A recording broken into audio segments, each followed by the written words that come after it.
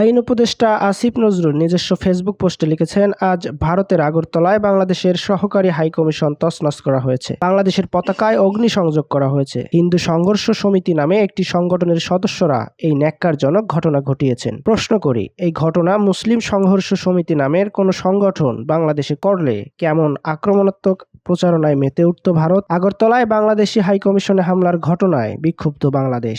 সোমবার রাত থেকে এ বিষয়ে ফেসবুক সহ অন্যান্য সামাজিক যোগাযোগ মাধ্যমে সরব হয়ে উঠেছে বাংলাদেশিরা। অনেকেই তীব্র নিন্দা ও ক্ষোভ প্রকাশ করছে। আইন উপদেষ্টা আরও লেখেন, আন্তর্জাতিক আইন অনুসারে ভারতের মাটিতে বাংলাদেশের হাইকমিশনকে পরিপূর্ণ নিরাপত্তা দেওয়ার দায়িত্ব ভারতীয় সরকারের। তারা এটি করতে ব্যর্থ হয়েছে। এই ব্যর্থতার নিন্দা জানায়। আসিফ নজরুল আরও লিখেছেন, ভারতকে বলি, আমরা সমমর্যাদা আর সমানাধিকার ভিত্তিক বন্ধুতে বিশ্বাসী। শেখ হাসিনা সরকার বিনা ভোটে ক্ষমতায় থাকার লোভে ভারত তোষণ নীতিতে বিশ্বাসী ছিল। তবে ভারতকে বুঝতে হবে, এটা শেখ হাসিনার বাংলাদেশ নয়।